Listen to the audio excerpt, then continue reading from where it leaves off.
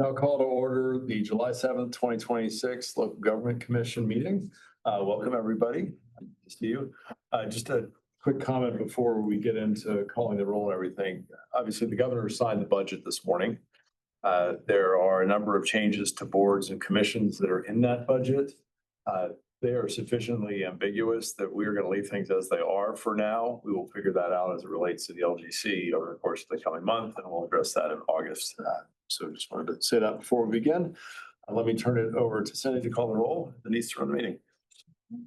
All right, I'm Cindy Aiken, Assistant General Counsel. We start usually with Secretary Marshall, not wait, Park. Perfect timing. Good afternoon. Hello, Secretary Marshall. We just started to call the roll. So I start with you. She's here in the room in person.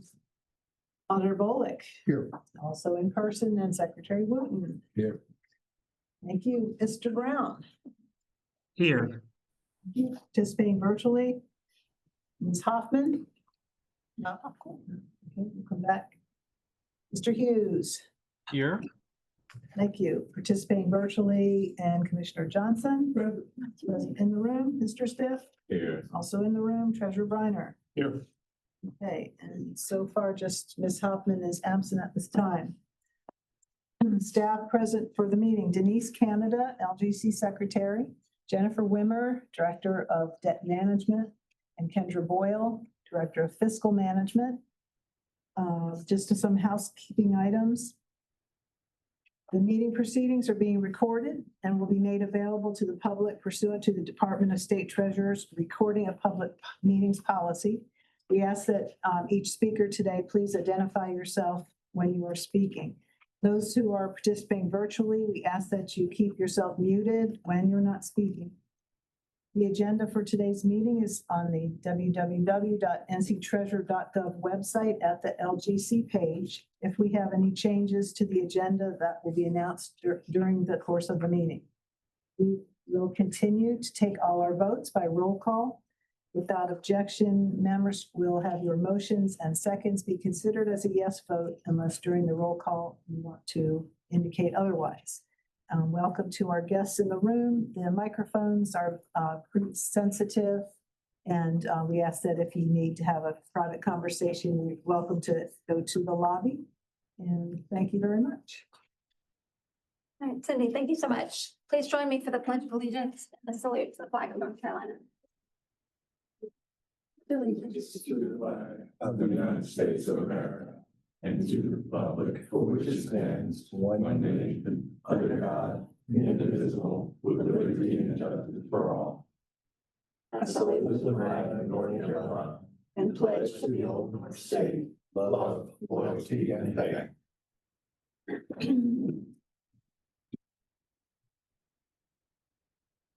Now I'll read the conflict of interest statement. Members, please take a minute to review the agenda. Commission members are reminded of your duty to avoid conflicts of interest. Does any member have an actual or potential conflict of interest with respect to any matter on the agenda? Okay, hearing none. Let's turn over to attachment A, the consent agenda. This is Aqua in North Carolina down through the miscellaneous item or no minutes. Yep. Minutes. Sorry about that. Looking for approval of the minutes from the June Second. meeting and a motion. Thank you. And did we get the second? Second. Okay, thank you, Cindy. June minutes, Johnson, Stiff. Secretary Marshall. Auditor Bolick. Aye. Secretary Wooten. Aye. Mr. Brown. Aye. Mr. Hughes Aye. and Treasurer Briner. Aye. Thank you. That motion carries. Thank you so much. Now we will move on to the consent agenda, which I was in a rush to get. Members, you have the consent agenda in front of you. Looking for a motion to approve, and then we'll have any questions that you have about items on the consent agenda. So moved. Second. Thank you. Auditor Bullock, Mr. Smith. Questions about items on the agenda, consent agenda, or Jennifer, comments about items on the consent agenda? one piece of information. The two Aqua North Carolina transactions have the bid tabs stating January 29th, 2025. The original bid tabs did say that, but they were a typo coming in from another agency. So there it is 2026 on both. And that's the only update or comment. That's right, A1 and A3. Which certainly makes more sense than 18-month-old bids, so thanks for correcting from the other agency. Members, any questions about about any items on the consent agenda? Please. Actually, one more thing. There are two transactions for Cape Fear Public Utility Authority. Normally, we present them as the whole transaction together. So that is what we did in this case. The Cape Fear Public Utility Authority, however, is going to spend the SRF funds in a reimbursement first, and then come back to the LGC to actually issue the revenue bonds when they have their underwriter in place and are in needs of those funds. What this actually does, by putting them both on the agenda, all the funds are available so that they can sign the contract to go ahead and get started on the construction, so that they have that approval for the up to $230 million in revenue bonds at a later date. So they are going to expend all of the SRF funds and get reimbursed, and then at the time or for their cost, submit those to DEQ, and then they will be coming back at a later date, probably late 2027 is what we have been told, and we will have that updated information then. But I just wanted to make sure that these are not two separate projects. These are two parts of the same project. Thank you so much.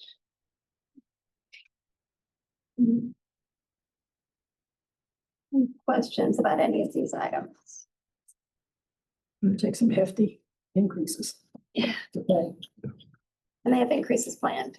They have already started their increases in anticipation for this project, as well as they have a capital reserve that they have already started because of this project that they knew was coming, and they will continue those increases. Thank you.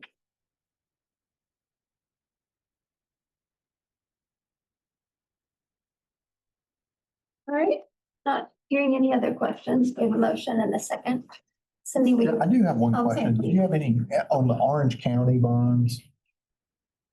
The 27 million on limited obligation bond? Just additional information. The county is proceeding to implement a series of planned board-approved tax increases to cover current and expected debt service. What is the plan on that?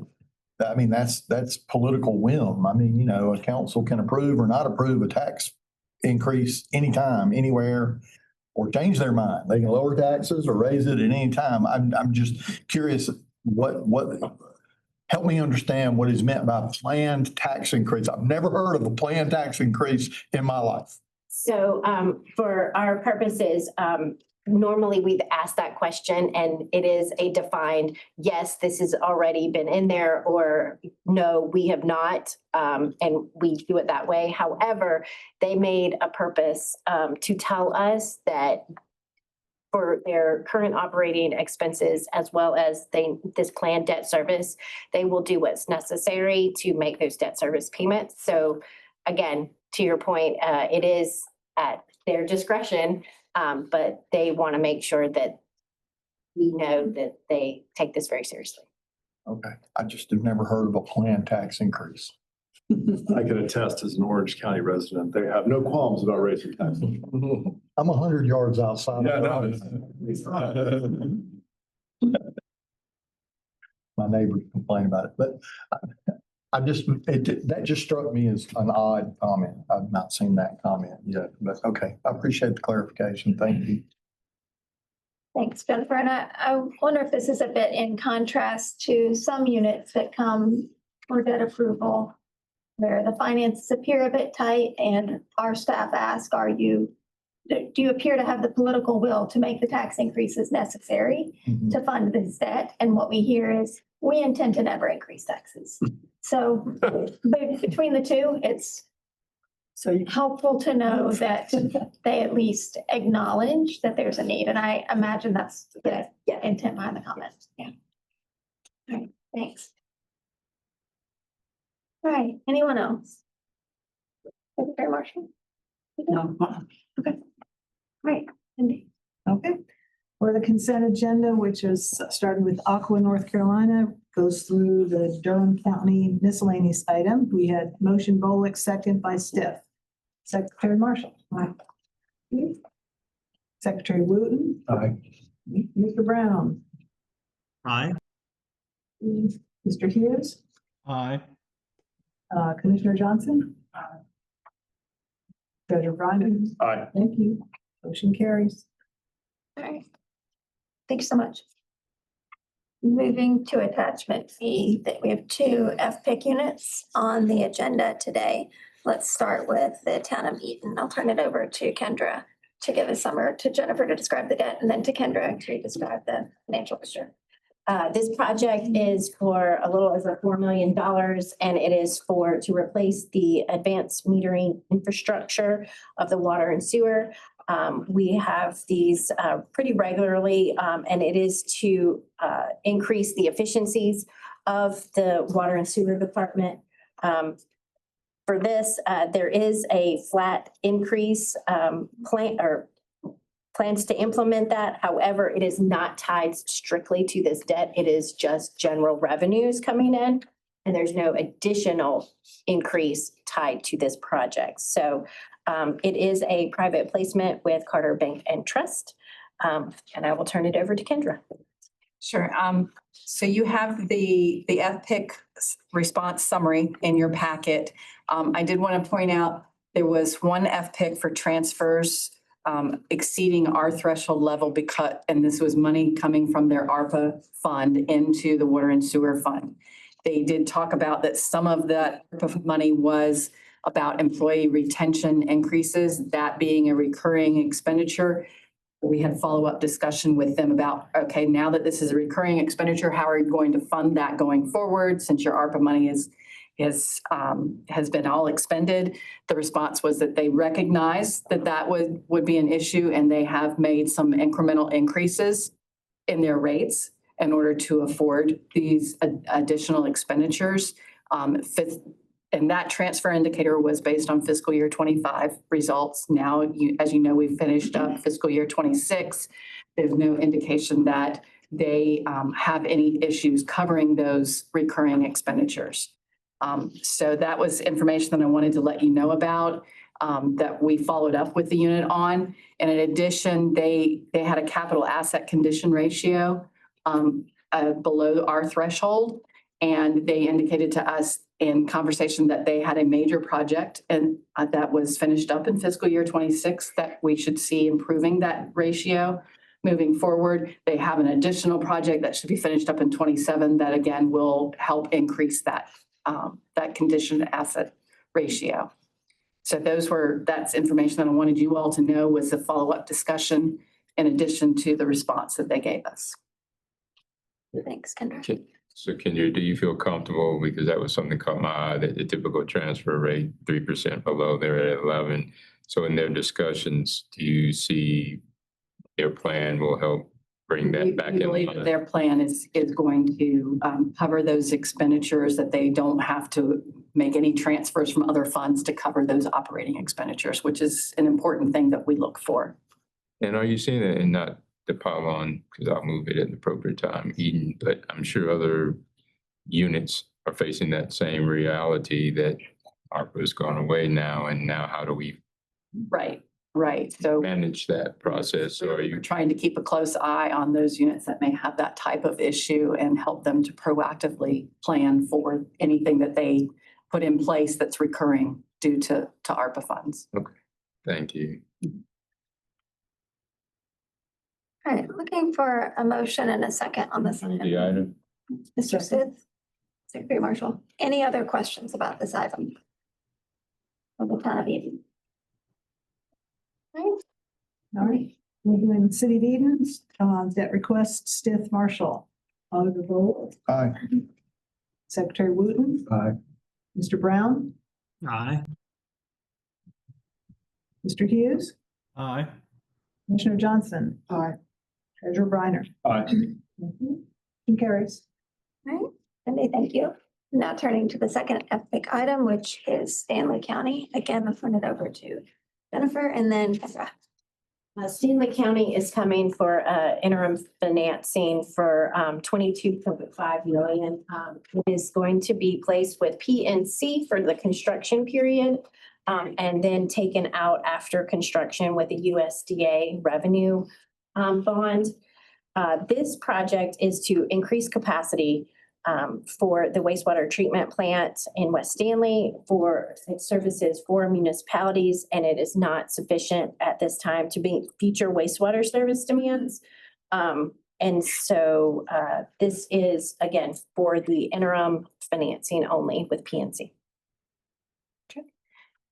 So the FPICs that you see that are summarized in your packet are related to, one is a combined water and sewer fund operating loss of almost $23,000. In their response to this item of concern, the unit indicated that this particular West Stanley wastewater treatment plant operating fund is the primary reason that they had an operating loss and when they combined all their funds. And to address this, they have this project, which is going to help increase their revenues somewhat. The main driver on that is it will reduce their major repairs, which is what caused them to have a loss in this fund. They have also implemented a 5% increase in fiscal year 26 and believe that their end results for fiscal year 26 will show that when everything's combined, there is no loss for their water and sewer funds. In 26, they also plan to be increasing, as Jennifer said, they'll be increasing their rates throughout the year so that they can service this debt. They also had some budget violations in a couple of funds, and mainly in the water and sewer fund was the largest. And this was something that they attributed to timing issues. When I had more deeper discussion with the unit, we also pointed out that it shouldn't be necessarily timing issues, that this could be indicative of some internal control, some processes that weren't followed. And they were very receptive to that feedback and said that they also had some turnover in their utilities department and a vacancy for quite a while that also added to the issue with monitoring their budget. So they have since hired someone new and implemented monthly meetings with that new staff in order to make sure that they have that awareness that is needed in order to monitor their budget. So we believe they put in place the things that they need to in order to correct these concerns, and that moving forward, we won't see the same issues. So. Members, questions about this item for Stanley County or discussion?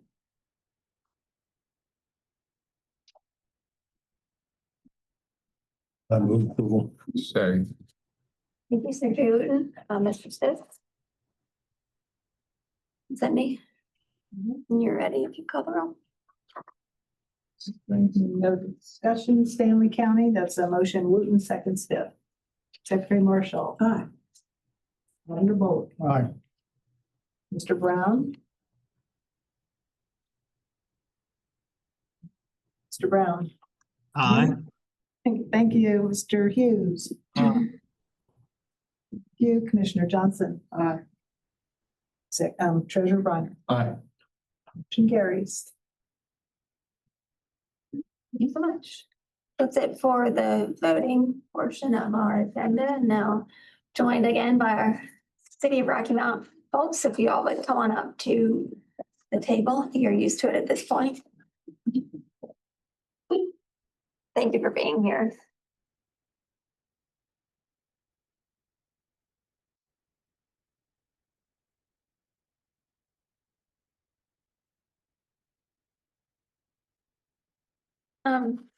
Deputy City Manager Jordan, feel free to introduce yourself since you've been at the table, I think the last time at least.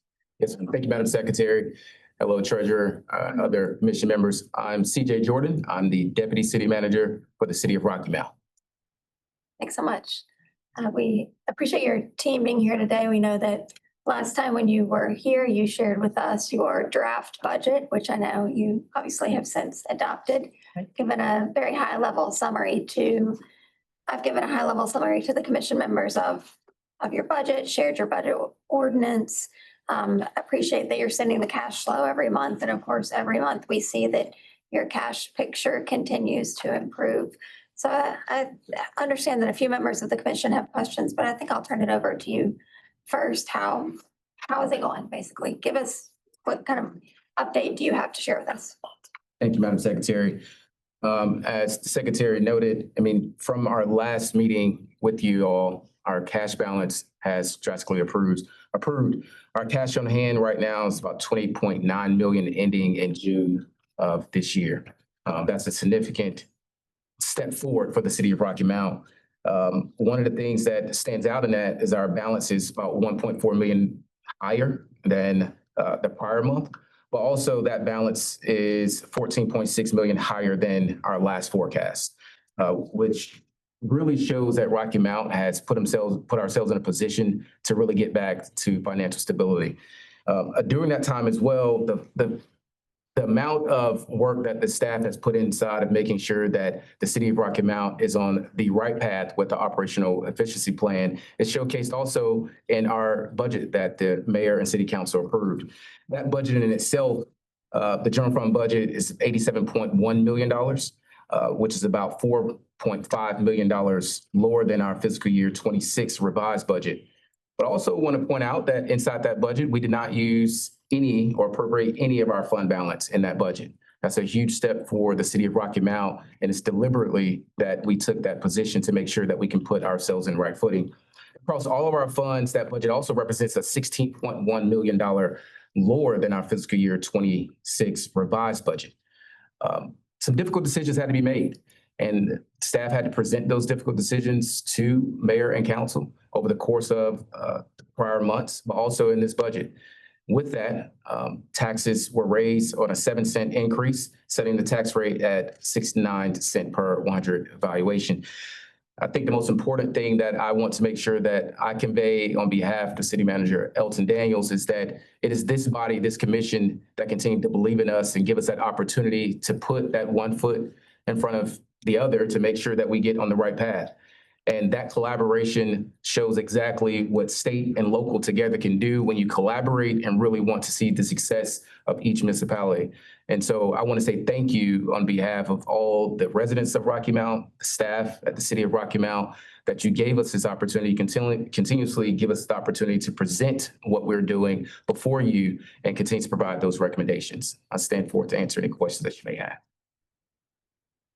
Thank you. Sure, appreciate the progress and the update. I love positive surprises. And so a $14.6 million positive surprise is positive, but it's also a surprise. So talk to us about how you guys are so surprised. It's a big number to be surprised by. What happened?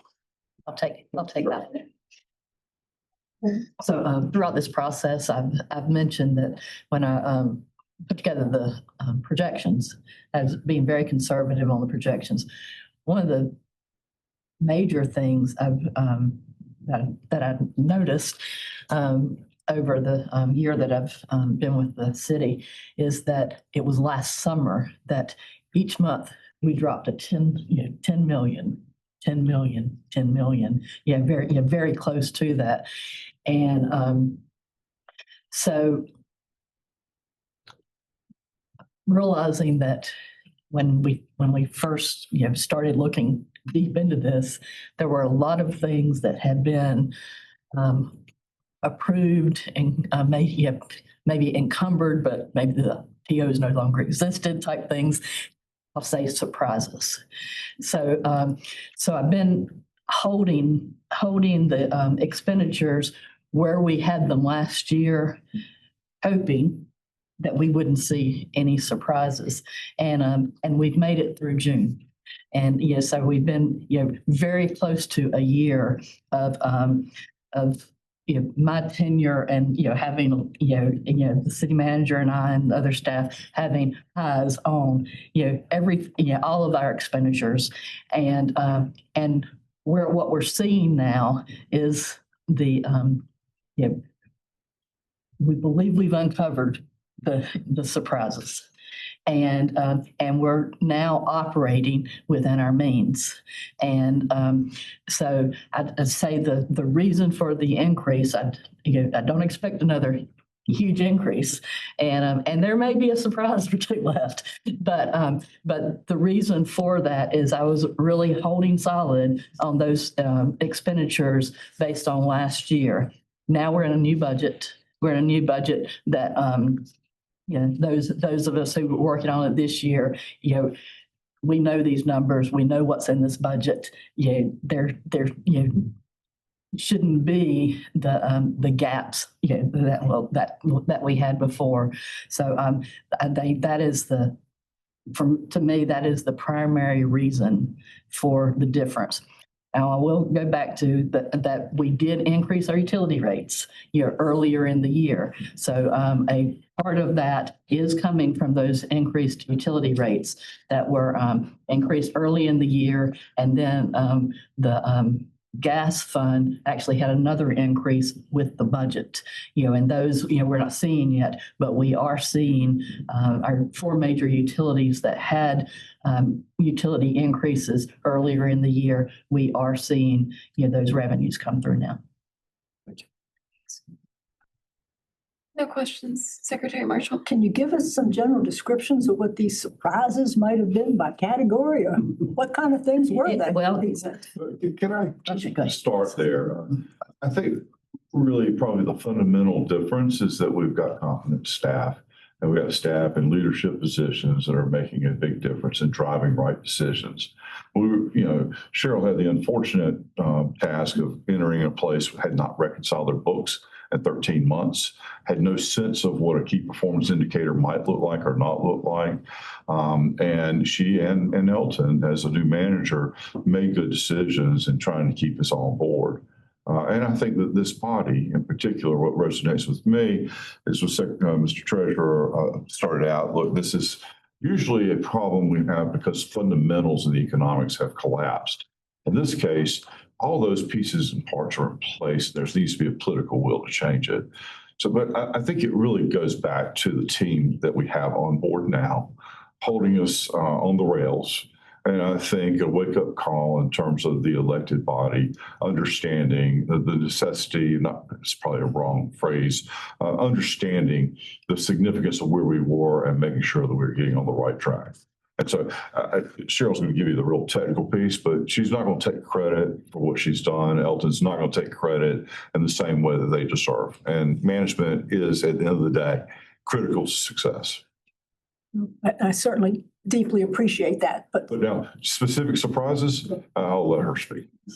And I will go back to the state auditor's audit, which is, I believe those the primary differences now than the prior year is in the prior year there were compensation increases that were not budgeted. Large compensation increases and large capital projects that were also not, there were no purchase order, there was no controls over encumbering that money. So when it came time for payment to be made, we were paying out of what we had. And as a fairly decent summary, Mr. Bullock. Yes. So that's what we're seeing. And it took some months because some of those things that were, that are in the audit, the payments had not yet been made fully. So that, it's primarily compensation and large projects. off budget, large projects, I'm sorry. capital projects that were off budget. That were over budget. lack of budget discipline, I think is a good way to sum it up. Would you say that? I do. Thank you, sir. One of the things the commission said, that they told us to cut your expenditures. And when you do that, you get to see the results of what we actually have today. So it's really just taking the guidance, taking the audit report, and taking Secretary Canada's advice of how to get there. That we see this big surprise, but it's not a surprise from a standpoint that how do we get there? We put a plan in place, we executed that plan, and we got there. I think the number is just really exciting to see. I also hear you saying, without using these words, that the cash flow estimates in prior months through the end of the fiscal year were worst case scenario. Whereas you didn't expect expenditures to be that high, but you kept the estimates from prior year spending while you were trying to ratchet down spending. So you were doing a worst case, and now that you've gotten to June 30th, here are the actuals. It's better than the worst case, but I don't think we were looking at them in that way. That's really what I hear as the discrepancy. That's right. Okay, thank you. Other questions from members? Secretary Marshall? Well, I'm not the best one at reading budgets, so please set me straight. You're expecting this coming year to have $2.1 million from the event center. I'm on the section 1, pages are not numbered, of the budget ordinance.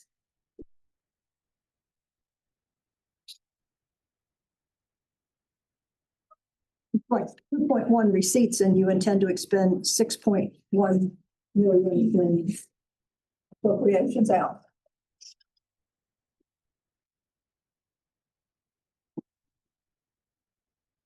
$2.14. Okay, right. So looking at your budget ordinance and the summary of revenues for the general fund, section 1, sub A, general fund revenues.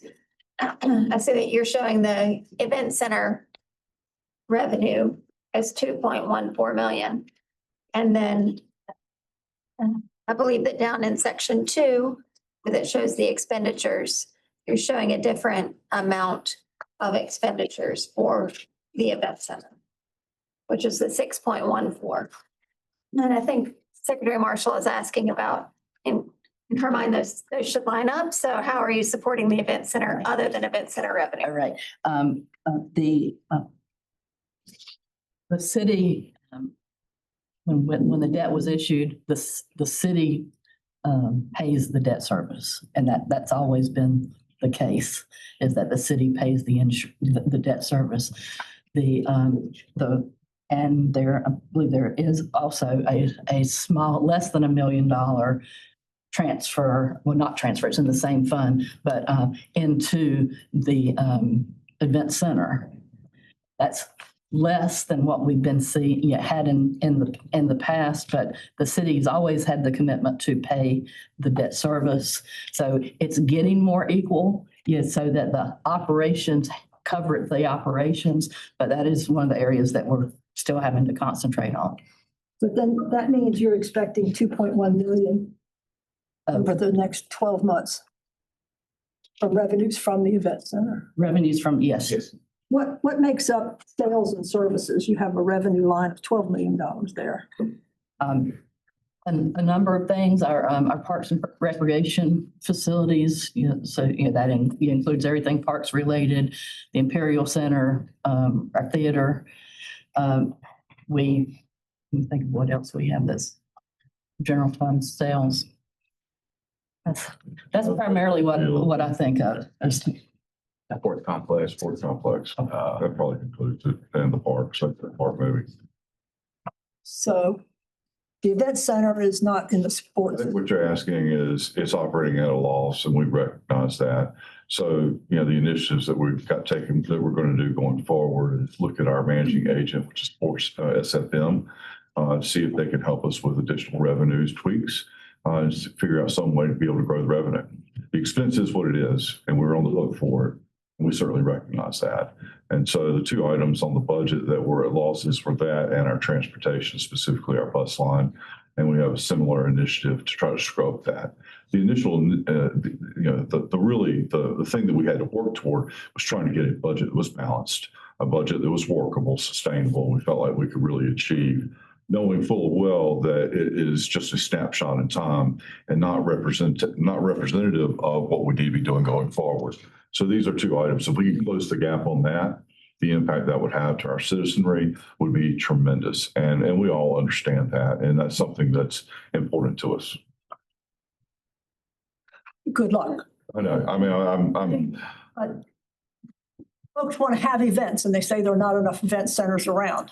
Rocky Mountain is not Raleigh, but it's not that far away. that's right. So, you know, with energetic promotion, you know, you should be able to back that number up a lot. That's where we are. That's what we're gonna have to do. I mean, even looking at it from a 3D perspective, and what happens if you close it down, do away with the revenue, reduce your expenses, you're not significantly better off, and you have no chance of really getting to that promised land. And so, you know, that's why we're here. And so we're working toward it.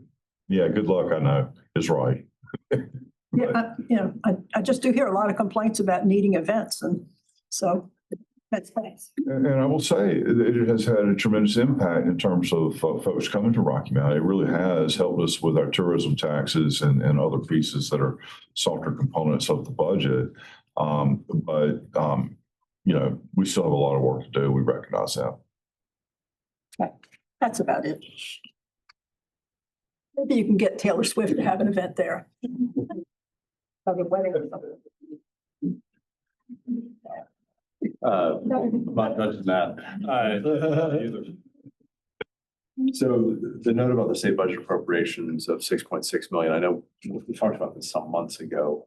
What is the use of that $6.6 million, and are there reasons that it would be reasons that it would revert to the state? So currently, right now, as the governor just signed the budget, that reverts to for us for a pump station for water infrastructure. And so it's a big piece of what we've been trying to accomplish and working with our elected officials. We're very, very excited about having that redirected. And where that ties to is specifically the land that you're going to ask me about before we close the meeting. So the water and sewer lines directly impact the opportunity to develop that and create value in that place, as well as represents the component part of Rocky Mountain that shows the biggest growth, both from residential and other commercial opportunities. I would expect that to almost be a direct, almost immediate impact in terms of water, sewer, and electrical to the city of Rocky Mountain, as well as tax base. It will not affect water sewer fund balance, though. We've spent on capital expenditure. Great. Thank you. Other questions for the city?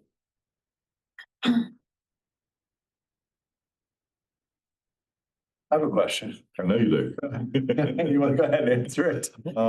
So yeah, I've talked with City Manager Daniels, and we are pulling together a chart, and that should be discussed in this month's committee of the whole meeting, where we look at it. The first decision the council needs to make is what direction do we want that property to develop, and how should it develop? And once we pick that direction, then who is the best partner that has presented a letter of interest along with potential strike price to be able to try to partner up with, or at least limit the field to those individuals, so that we can make an active decision and find an active partner and be able to move down the road to see that thing developed. And there is some internal dispute in terms of what that land should be used for, but that's just the process that we go forward. And it's an active motion and something that I would expect that we'd have something on in the next 60 days. Thank you. Yes, sir.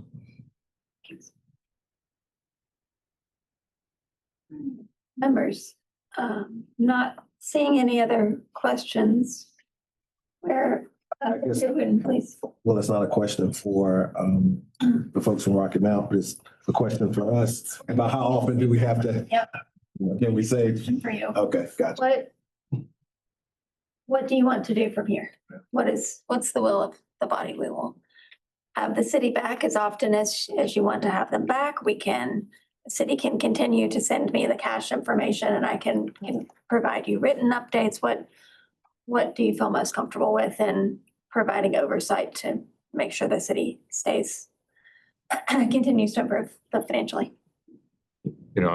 One voice, but I think a continuation of the reporting from our last meeting. I had interest in seen the end or completion of the budget process. We've seen that the city has been diligent as a partner. So I would like to continue to see the reporting. But although I love seeing folks from Rocky Mount, not necessarily have to have them come to each meeting unless we deem necessary in the future, but certainly to maintain that reporting to the LGC. And I guess Denise, my question was really around what has been the posture of, I know this, for those of us who haven't been on the LGC a long time, this seemed to be a big deal for a city this size. But I would be interested in us doing something that the manner in which LGC has handled similar situated municipalities. So if that is, as Mrs. Stiff says, to just get the financial information through you give it to us, I would certainly be amenable to that as well. Thanks.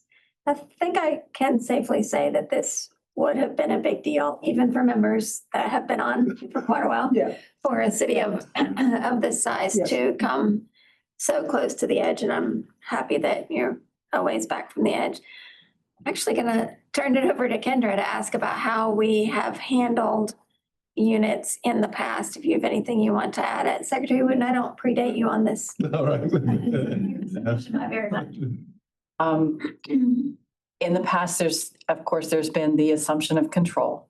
But also when they come, we see it, the train wreck happening, it's inclusion on the unit assistance list.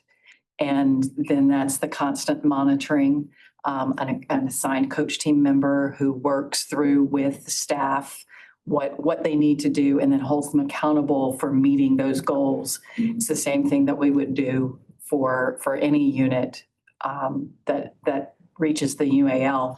It has been, we would have not had a unit of this size on the UAL before, but it seems like an appropriate place to put them and continue the monitoring in a uniform fashion like we would for every other unit. Well, having been here the longest, we have had prior situations, but never this size. And this is the town that has been the most responsive to change personnel, to get a good budget officer in there. Others have had to be coaxed, browbeaten. We have to do that, all that kind of stuff. We've done kind of incremental supplemental help. But this town has taken the bull by the horns and appears very serious about it, recognizes its issues. And, so far in the months that you've been here with us, we've seen a vast change. And so, this is very different. But the problems, everyone's different. The problems are all different. Kendra, do the coach team members look up, when a unit is on the unit assistance list, then as you said, they get assigned a member of our coach team. Do the coach team members get budget to actual reports? They do. Quarterly, a 6 month, that sort of They thing? get a 6 month and a 9 month is the routine. And that whole process can absolutely be adjusted according to what we're seeing happening amongst those units on the list. So we can, and that every unit does a 6 month and a 9 month. But if it's necessary, then we can do a much closer look at them. The budget to actual report at a minimum is one thing that I would recommend to the body, given what Rocky Mount's particular challenge has been. In other words, adherence to the budget, overspending, that sort of thing. So that type of monitoring by a coach on the coach team seems appropriate to me. Yeah, that was my thought, some type, I didn't want to bring up the specter of the UAL because I think there's a whole nother can of worms we need to address.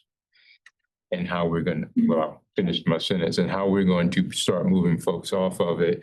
My short tenure, Mr. Secretary, it seems once you go there, I like the support that I'm a unit, but once you go there, you're there, and yeah, I think that, as I said, that's another conversation, but I would think certainly something budget to actual, some type touch base, given what we've gone through. And I think the city again, has been said, has been responsive and interested in working with our staff. So it doesn't seem to me that would be onerous, and would give a comfort level for all parties. All right. So if it's all right, perhaps I will update you quarterly based on information that the city provides. Maybe we can ask Finance Officer Spivey to continue to send in the cash report every month.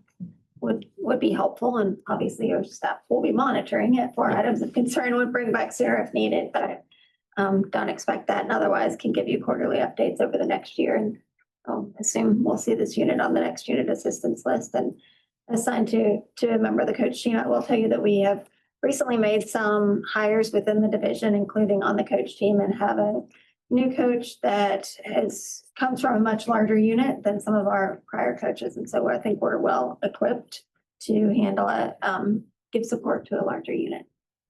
Secretary, just to make sure I'm clear, did you say Rocky Mount on the unit assistance list or just using the protocols and framework of the unit assistance list? I would say on the unit assistance list for monitoring over the next year. That's not official until it's official, but that seems appropriate. Right, right. And that would put, you all have the lower threshold. So therefore, if there is an expenditure that needs to be made or financing that would need to be made at that lower threshold, then we would see you back here for that discussion. But Lower threshold for debt approval. right, right. But otherwise, the monitoring is probably, The coach team yeah. would be the impact. So let me clarify, because that is different than what I understood it to be. So the recommendation from staff is unit assistance list. Are we saying a year? Because I don't want to open that conversation today. I don't feel like, and I could be very wrong, it doesn't seem like there is a protocol to someday get off of the unit assistance list, but are we predisposing that it's going to be a year for Rocky Mount, or is there a pathway to get off? Or that's my concern for all of our units, and this just happens to be before us. Is there a pathway off, and that cuts both ways. Staff is dealing with this unit assistance list, and the units it doesn't appear there's a exit ramp. So I'll say a few things and then I'll turn it over to Kendra. The first thing I'll say is that I may have misunderstood what you were saying originally. Would this larger question that you're referring to, this larger issue of the unit assistance list, is something that we are trying to grapple with under this treasurer's administration. This question of if a unit has been on the unit assistance list for 10 years, I don't know, I'm looking at you, you have not been on the unit assistance list for 10 years. What are we doing? What is the path forward for that unit? How are they getting off?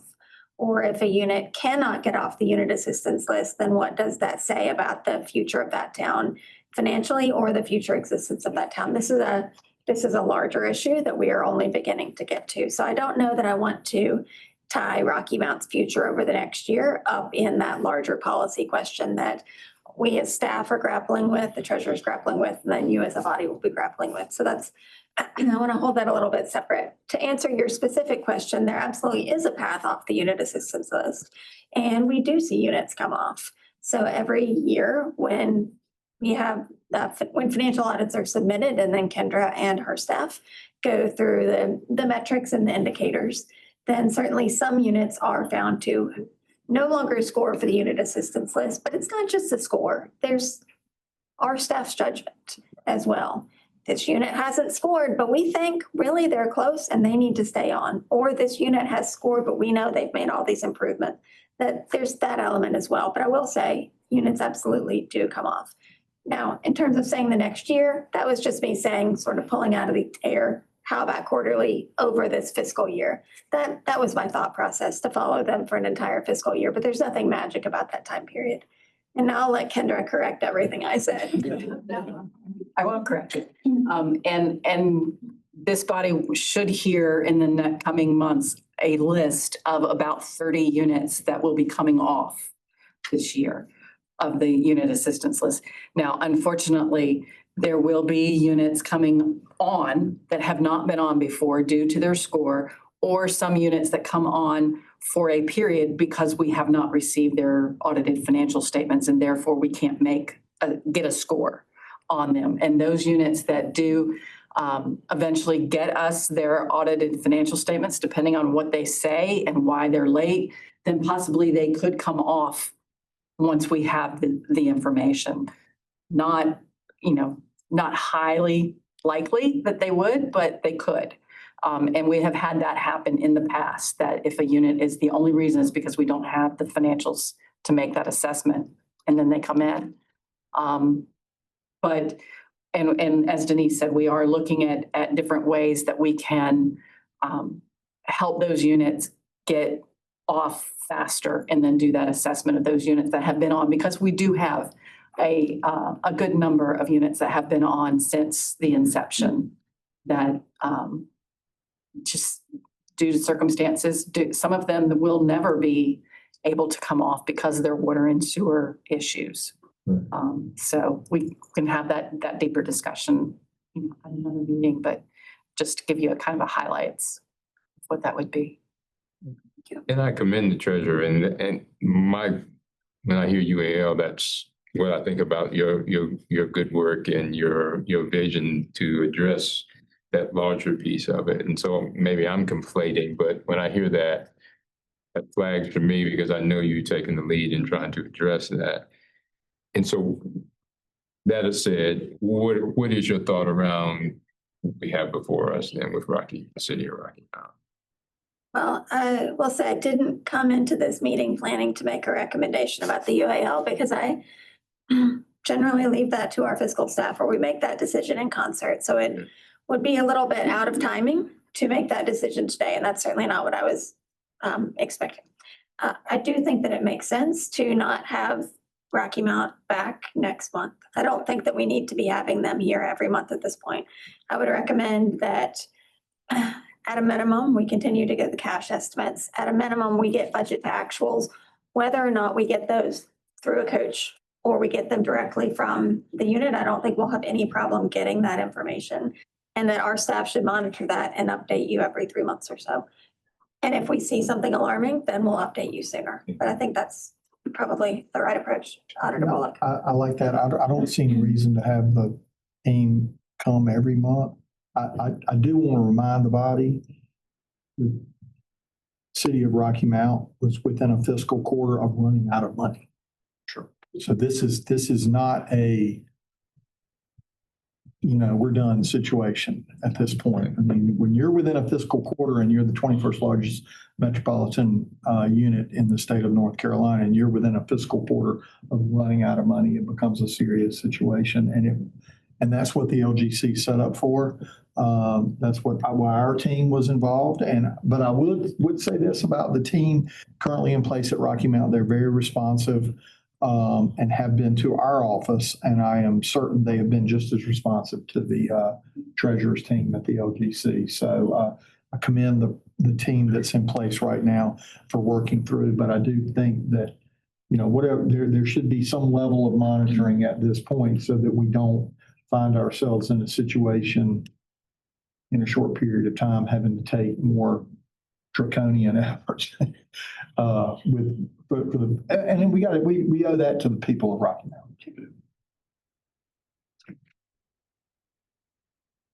So, Madam Secretary, for clarity, I definitely want to make sure I give the right shot back to City Manager Elton Daniels based upon my summary of the statement at this moment, is that the City of Rocky Mount will continue providing their monthly statements to you. We will give you all documents that you request on a timely basis, as we've been doing, making that progress we've done. You internally will have a quarterly update to this commission here, providing them the update. In that same time period, we will maintain our communication with you. We'll make sure that we're responsive to all questions, concerns, and comments that you may have. However, at this moment in time, the commission is not saying that we're going to put Rocky Mount on the UAL in a formal manner. However, we want to make sure that we maintain that oversight, we maintain that monitoring to ensure that the people of Rocky Mount understand that this commission is serious about the path that we move forward in. Is that correct? I would say that's a fair summary. Yes, that to address the UAL specifically, this meeting is not the time to make a decision about any units going on the UAL because we have a routine time for doing that. Yes, ma'am. I respect that. And we may show up on that list, or we may not, but that's a. A later question, right? Yes, that's exactly right. And as you've said, and as our members have said, you've been extremely responsive with any information that we've requested. So I don't imagine that's going to be a problem continuing. So thank you for that. Yes, ma'am. Yeah, we're good. Thank you all. Thank you. I was just gonna say, thank you, Deputy Manager, because you just helped me write my minutes. That was my question exactly. Reduce it to writing, get a good summary of what y'all are. And I'm gonna say, if we're not voting on this, there's a consensus of the members that is, I see Correct. lots of heads nodding and gentlemen on the video. Here, Mr. Hughes and Mr. Brown, I see a thumbs up. Okay, yes. All right, thank you. All right, thank y'all. Thank you. All right, thank you so much. That's the end of our formal agenda. Is there any other business? And I'm sure this is going to happen kind of organically, but I think the response that we've seen from this team, and I realize that this is a large unit, but I think that there are some models here as to how this commission would like to see municipalities respond when something, an event like this happens. So I'm sure that staff is doing that already, but I think we've got a good model for when you need to go to LGC with an issue like this. These are the kinds of responses that this body would like to see and getting, the municipalities where they need to be. A lot better than taking them over. Oh, absolutely. Right. Right. All right. I'd like a moment of personal privilege, please. Hours ago, the governor signed a budget bill. In that bill, the legislature made major changes to how the local government commission is constituted without public notice or discussion. One change is to remove the Secretary of State, who has been a member of the LGC since its creation during the Depression in 1931. The bill clearly says, notwithstanding this amendment, the current members of the LGC shall each finish their current respective terms. By the Constitution, the term of the Secretary of State is 4 years. Therefore, my term expires January of 95. I intend to fulfill my duties and obligations to the people to the fullest extent, faithfully, fairly, and with rigor. Thank you. Thank you. Secretary. We'll kind of raise two other thought items for commission members to be discussed at future meetings and things that we're thinking about. Just we'd love your thoughts on one that you raise, the role of the UAL, how we are, I suppose the word we're looking for is more dynamic in getting people off the UAL. That's a goal we certainly share and would love thoughts on how we could do that because it is overly static. I suppose the second topic that I've been thinking a lot about, and we've been discussing at least briefly, is as it relates to water and sewer. We find over and over again, finding them necessary and expedient. What we see all the time, though, is that unique water systems just refuse to merge with each other. And I guess the question that I am noodling on is if a merger, regionalization, is a much better outcome, and they're unwilling to do that, they want to borrow a lot of money to maintain independence that really doesn't have any value. Is that borrowing really necessary and really expedient? Might be expedient, but is it really necessary? That would be a policy change that is within our remit that would have downstream effects, no pun intended, on a lot of water infrastructure that I think would be really positive for ratepayers throughout the state. It feels a little heavy-handed, to be honest. And so I want all the commissioners to think about that. We can discuss it at a subsequent meeting or offline as you choose. So those are the two kind of bigger philosophical items that we've been moving on. I'd love the coach members input as well. Thanks.